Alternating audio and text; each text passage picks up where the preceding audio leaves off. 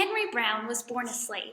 He experienced tremendous heartbreak when his master sold his wife and children to another master further south. Henry, with the help of abolitionists from his master's church, planned to ship Henry to freedom by hiding him in a box and sending that box to the north where Henry could be free. This box was 3 feet long and 2 feet 8 inches deep. They slapped a sign on it that said, "This side up." But over the next 27 hours, the box will be turned upside down and shaken. But by the end, Henry Box Brown made it to freedom. So let's all take a ride on the Underground Railroad. All aboard!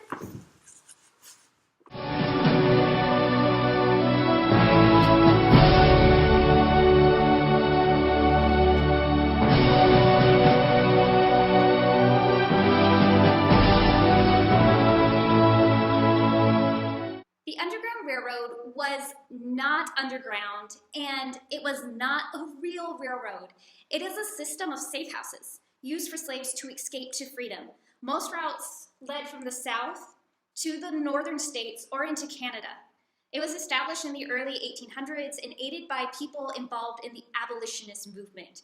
Abolitionists are people who want to free the slaves. The Underground Railroad helped thousands of slaves escape bondage. By one estimate, 100,000 slaves escaped to freedom from the South between 1810 and 1850. People known as conductors guided the fugitive slaves, hiding them in safe houses like private homes, churches, and schoolhouses, where they know they could be safe, at least for the night. These were called stations, or safe houses, or depots. The people operating them were called station masters. Using code phrases was essential to keep the secrecy of the railroad from white slave catchers. So using the term like conductor for someone leading a group to freedom, or passengers, the slaves that are escaping, station masters, those who are in charge of a safe house. Most Underground Railroad operators were ordinary people, farmers and business owners, as well as pastors and ministers. One of the earliest known people to help fugitive slaves was Levi Coffin, a Quaker from North Carolina. Coffin said that he learned about how to hide people well. So he used like the back of carriages and threw hay over people to hide them to get them to the next safe house. Building a room behind a bedroom with a secret door, or an underground room below the floor to hide people in. There were many well-used routes in the Underground Railroad, some going even south from Texas into Mexico to freedom, others going more west into Ohio, Iowa, into Canada, some straight north into Pennsylvania into New England, some from going up to Michigan and Detroit and crossing over into Canada. The reason many escapees headed for Canada was because of the fugitive slave laws. The first act was passed in 1793, and it allowed local governments to capture escaped slaves from within the borders of free states and send them back to their masters in the South. The fugitive slave laws also punished anyone helping the fugitive slaves. Being caught in a slave state while aiding runaways was much more dangerous than in the North. Punishment included prison, whipping, or even hanging. White men caught helping slaves to escape received harsher punishment than white women, but both could expect jail time at the very least. The harshest punishments, dozens of lashes with a whip, burning, hanging, sometimes even chopping off feet. Those were reserved for any blacks caught in the act of aiding fugitives. Harriet Tubman. She was born a slave, but escaped a plantation in Maryland with her 2 brothers. They returned a couple weeks later, but Tubman left again on her own shortly after, making her way into Pennsylvania.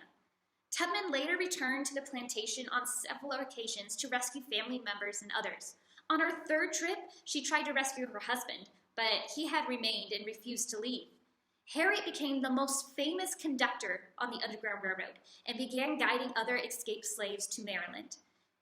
Harriet kept making trips back into the South to free more and more people.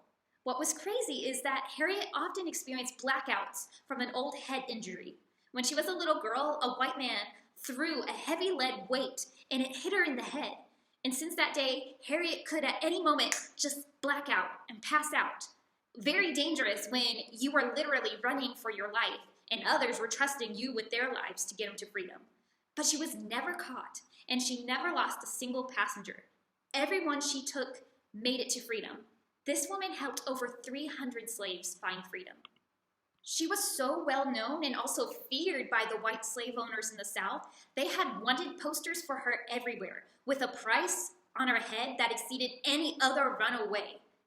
The enslaved Africans would give her the nickname Moses, alluding to the Moses in the Bible who led the Israelites out of slavery and into the Promised Land. If that wasn't enough, Harriet Tubman was also the first woman ever to lead troops into battle. She commanded a regiment during the Civil War and was freeing slaves in the process. How awesome is that? And for some reason, she never got in the benefits that a male veteran of the Civil War received, or a single paycheck for what she did. The Underground Railroad ceased its operations about 1863 during the American Civil War. In reality, the railroad just moved above ground as part of the Union effort against the Confederacy. And the end of the line will come with emancipation and the 13th Amendment, when slavery was finally declared to be illegal. A band of angels coming for to carry me